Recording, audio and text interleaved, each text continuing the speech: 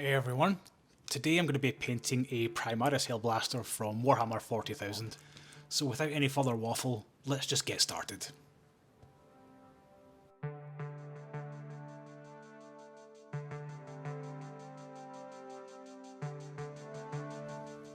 The first thing I've done here is take Vallejo Black Primer, it's the polyurethane paint, and just put that over every single surface.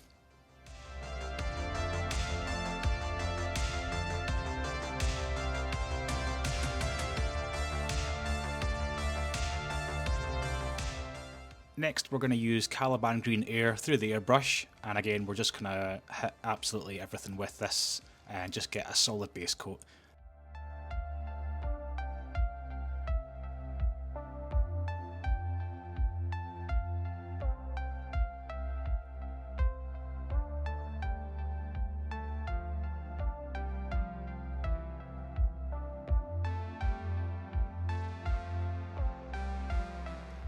The next thing I like to do is just to go around and black out any of the other details that I'm not going to be highlighting.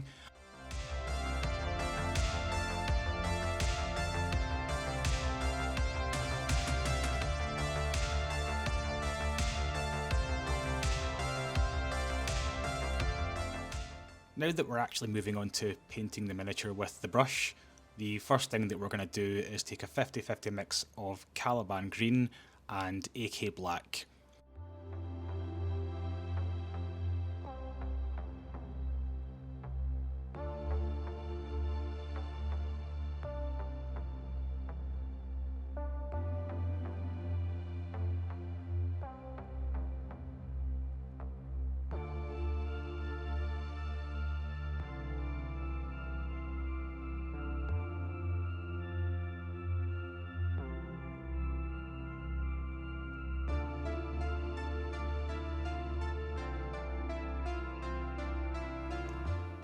Next we're going to paint all the ribbing on the model, so we're going to start with a 50-50 mix of Eshin Grey and Corvus Black.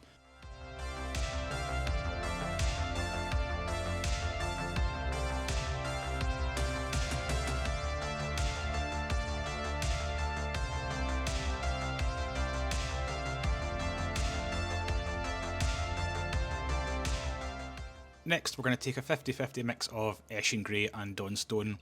You could just use either Eshin or Dawnstone on its own here.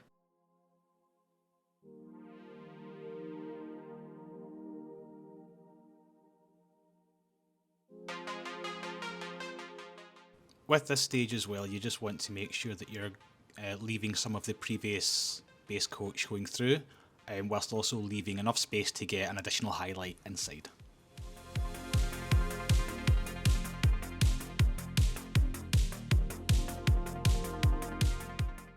The next thing we'll do is we'll take Administratum Grey and then we'll just go inside those previous highlights, covering less and less each time.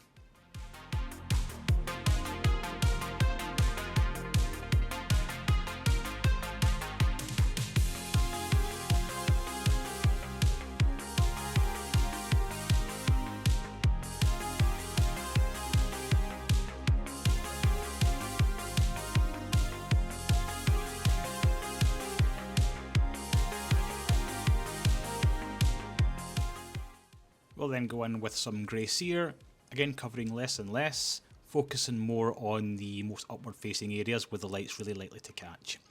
Once we've done this, we'll then go in with some AK White and just add a single dot highlight to really emphasise that reflection, so that it looks like we do have some shiny undersuit armour.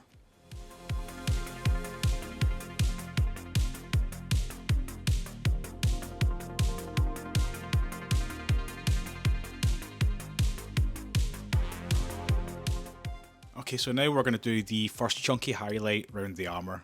So this is a 50-50 mix of Caliban Green and Warpstone Glow.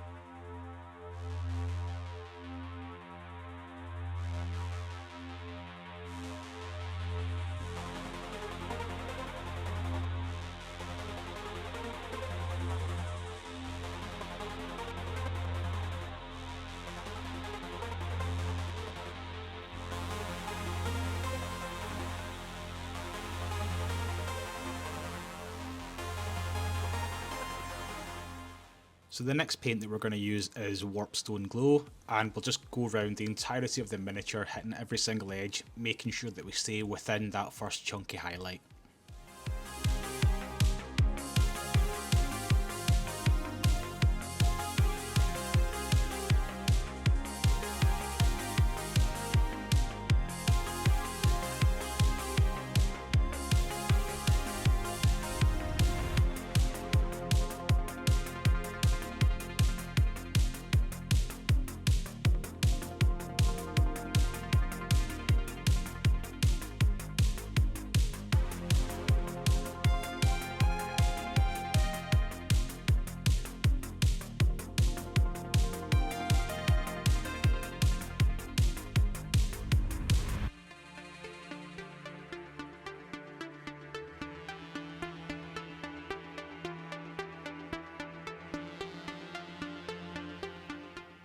So for our sharpest highlight here, we are going to go in with Moot Green.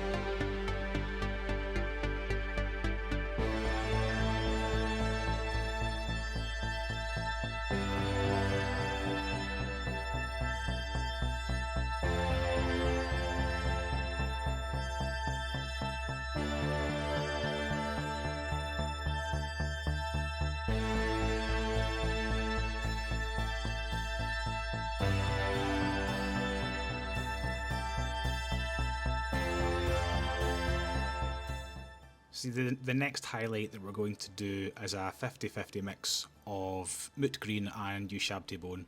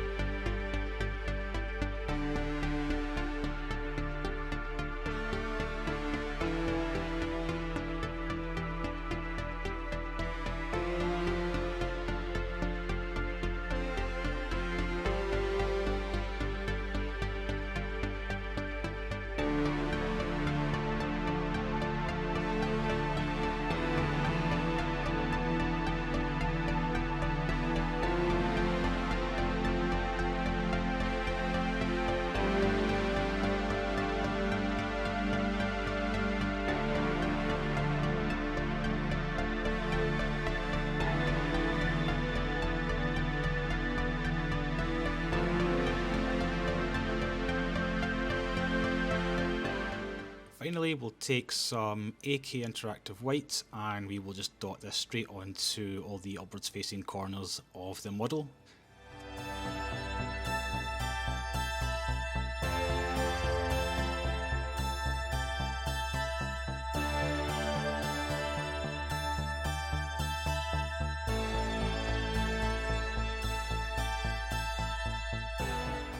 Now that we're going to move on to the leather, we're going to start with Rhinox hide as a base coat.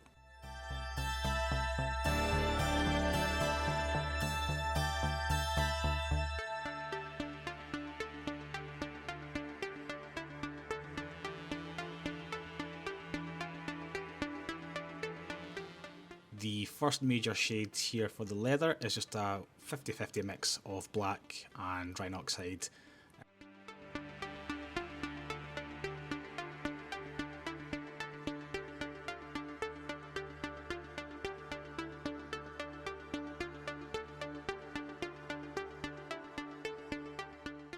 For the first main highlight here, we're going to use Doombill Brown, and this is going to act as a glaze highlight, and we're just going to keep that quite broad and just try and blend out the base coat into the edges.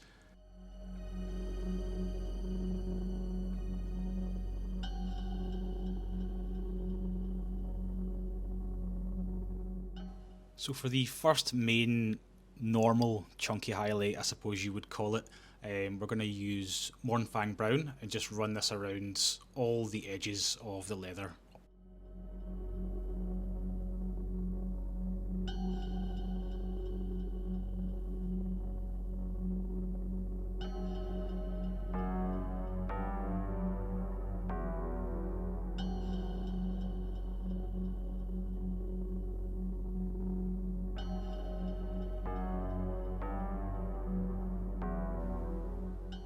The next highlight is XV88, and we'll just try and make this the sharpest highlight that we can for this, and we'll just run it again around every available edge.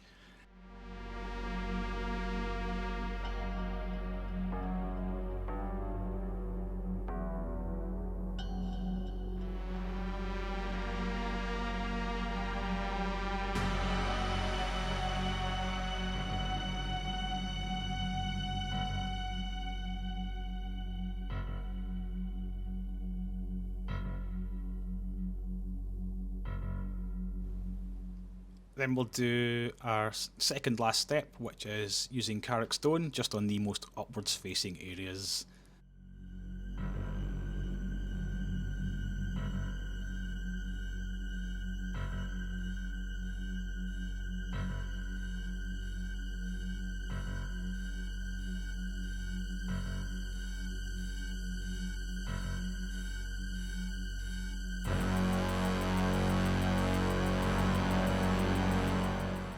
And then finally we'll just use some white and just go around and put a dot on every corner.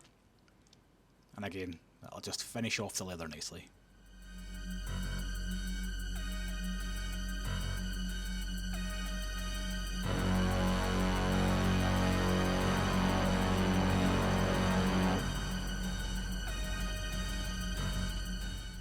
Now we're going to look at the Aquila, or Imperialis. I can't remember what it's called, but we're just going to do a solid base coat with Ushabti bone.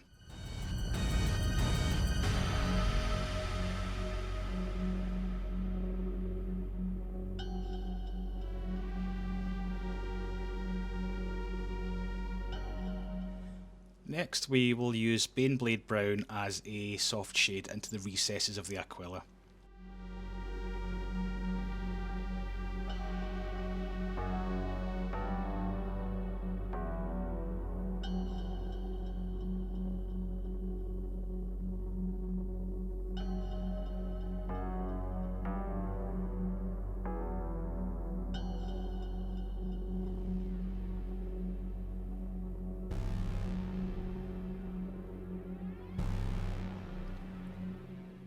For the deep shade, we will use Steel Legion Drab.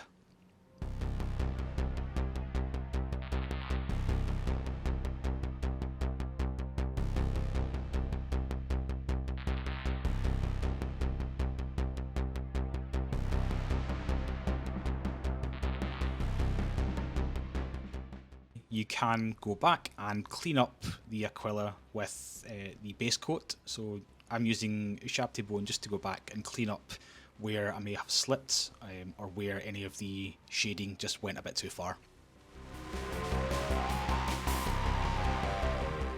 Next we'll mix some white in with the Ushabti Bone, or you can just use something like Screaming Skull or any lighter bone colour, and we're just going to do a highlight around all the feathers and the skull as well.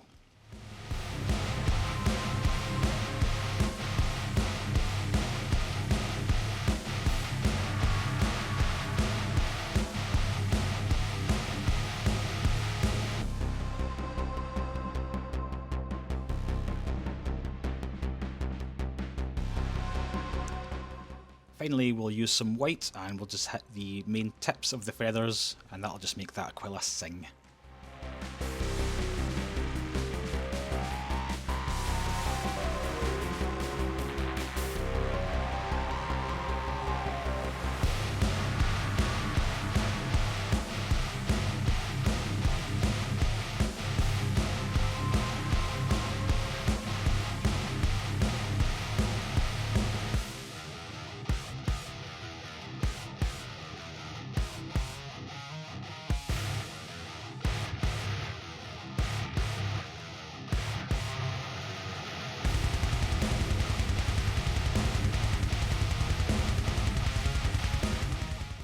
Now for something a little bit more exciting. I did consider keeping this as a separate video altogether, but I thought I'll just try and cram as much in as I possibly can, so the video is quite long. So we're going to do the cable of the plasma incinerator. So we are just doing a base coat here with Avalanche Sunset.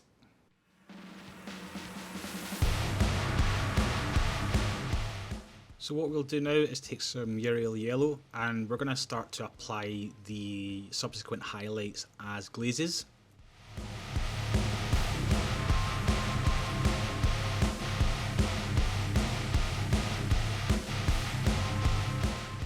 Next we will take Flash Gets Yellow and do much of the same, still leaving a little bit of the Uriel Yellow and again leaving the Avalanche Sunset at the same time.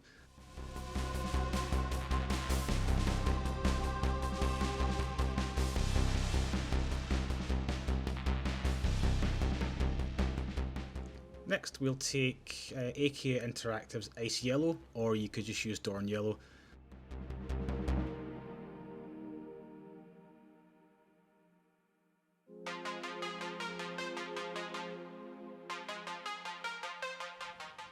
Next we're going to start a little bit of shading, so we will take Scrag Brown and we're going to apply this as a glaze into the recesses which we previously left.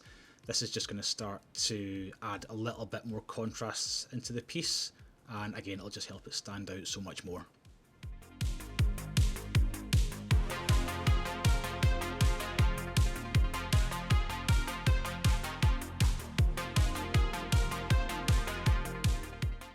Now we'll take some Doomwheel Brown and do pretty much the same thing as before, but covering less area.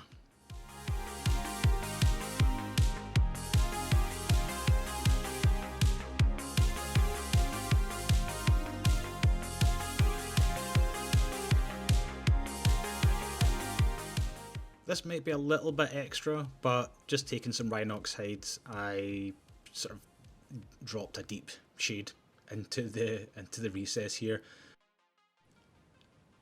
So for the hazard cables, in this instance, it actually wasn't too difficult to do. Now, I realise that sometimes hazard cables can be really tricky to get the spacing accurate, but in this case with the plasma incinerator, you've actually got the cable that runs underneath the yellow cable, and for each little recess within the cable below, I used that as a guide to help me know where to place those lines. The next thing to do really is just make sure that they're parallel, and again this just comes down to brush control by using the tip of the brush to get those lines as thin as you can as your initial placement. So you're really just sketching those lines in at this stage to some degree before you start to then thicken them out.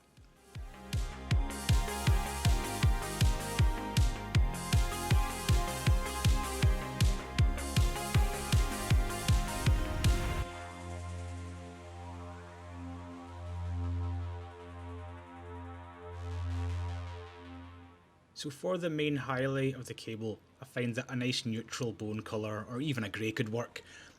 For this cable we used Ushabti bone and ran that down the entire length of the cable.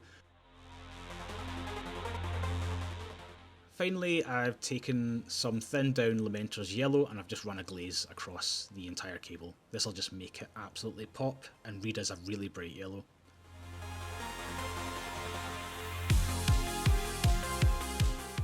For the eyes, we're just going to do a base coat of Mephiston Red.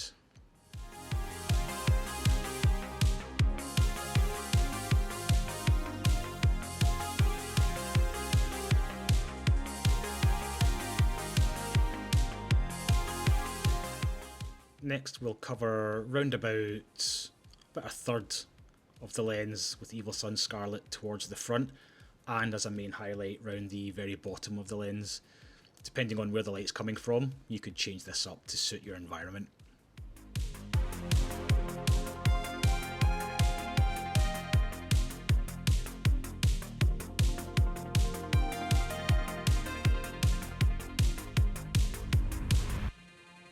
Next we'll take Troll Slayer Orange and just do a thinner highlight towards the bottom of the lens.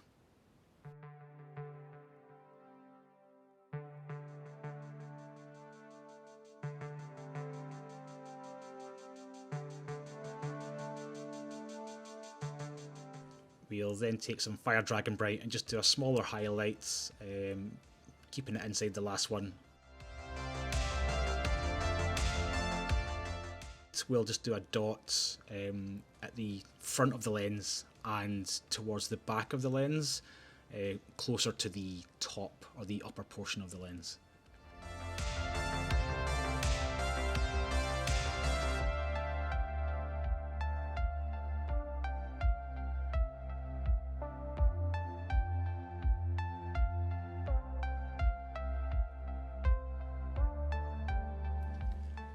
Next we'll move on to that plasma incinerator weapon and we'll do the casing. So for this we're going to start with Mephiston Red once again, and we're just going to get a nice opaque base coat over all the areas which are intended to be red.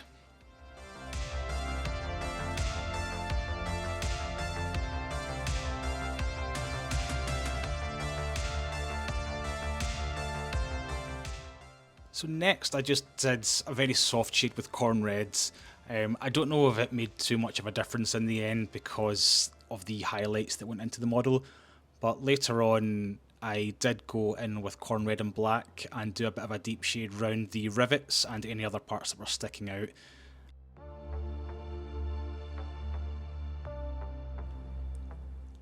So for the first chunky highlight on the weapon casing, we're going to take Evil Sun Scarlet and we're just going to run around every single edge and make sure that that's a nice opaque line that we can get more highlights inside.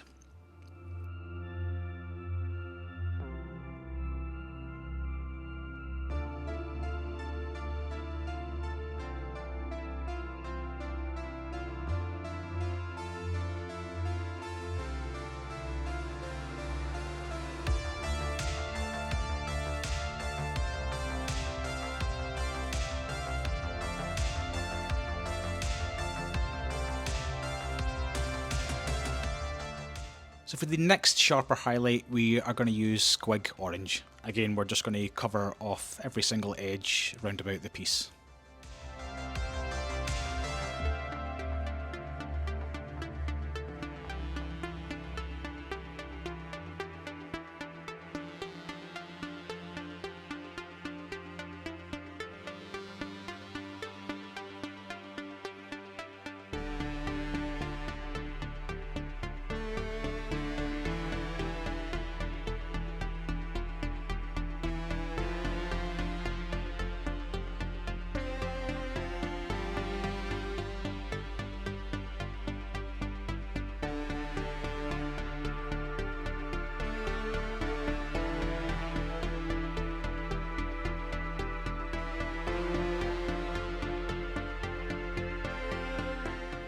Next we'll add some white into the Squig Orange and we are just going to try and hit all the uppermost areas.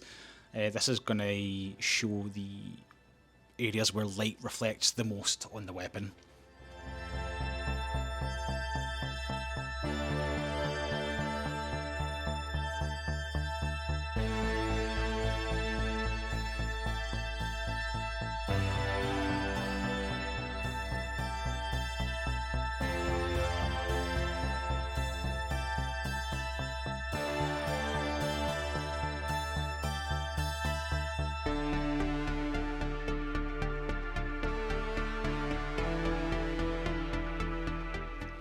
Finally, we'll just take some white and we'll go around all the corners and we'll just dot those, and that'll finish the weapon casing, or the red section of the weapon casing I should say.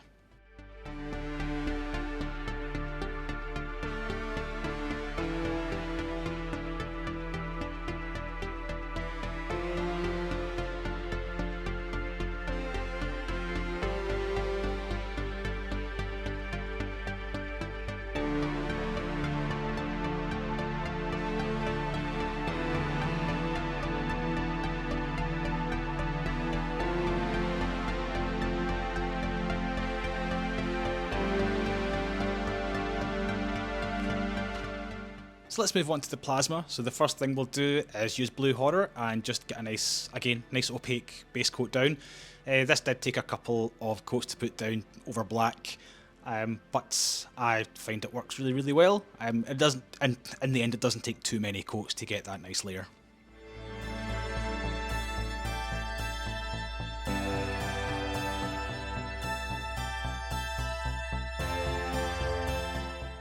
Next, using Temple Guard Blue, we are just going to start to glaze towards the top of those plasma coils.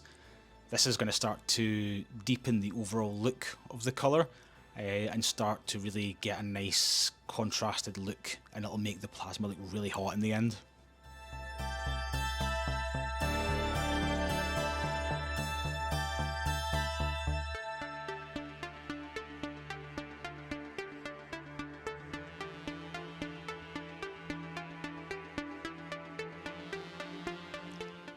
Next, we'll do the exact same thing using Sotek Green. This is just moving further up the coils, making it look cooler towards the top.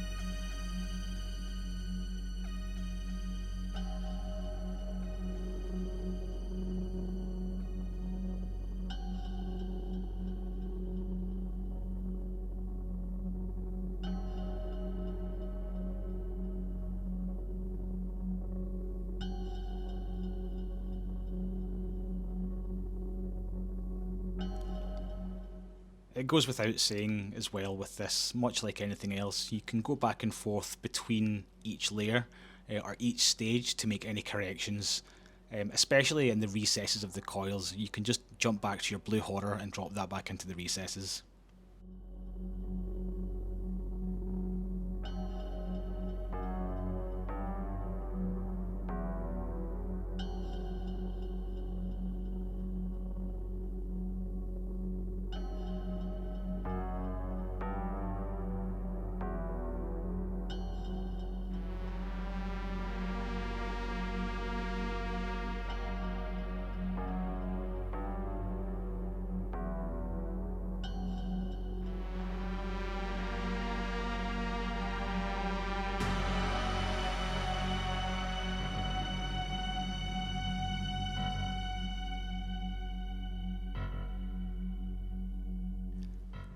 Finally, I've used a Daler Rowney white ink to really make the plasma coil look its absolute hottest where it meets the red casing. So I've just dropped this into the recesses at the lower portions of the lower portions of the coils. I used a white ink just because they come thin out the bottle and they're really opaque, so they're best used, or this is a great use case, I should say, for that particular product.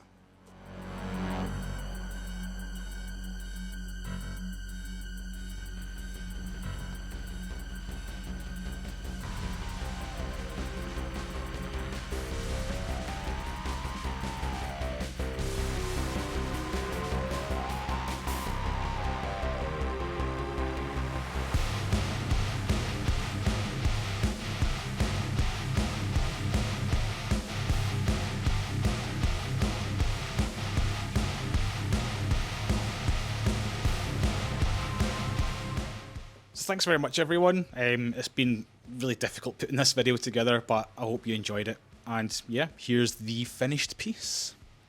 Enjoy, and I'll see you all next time. Bye bye.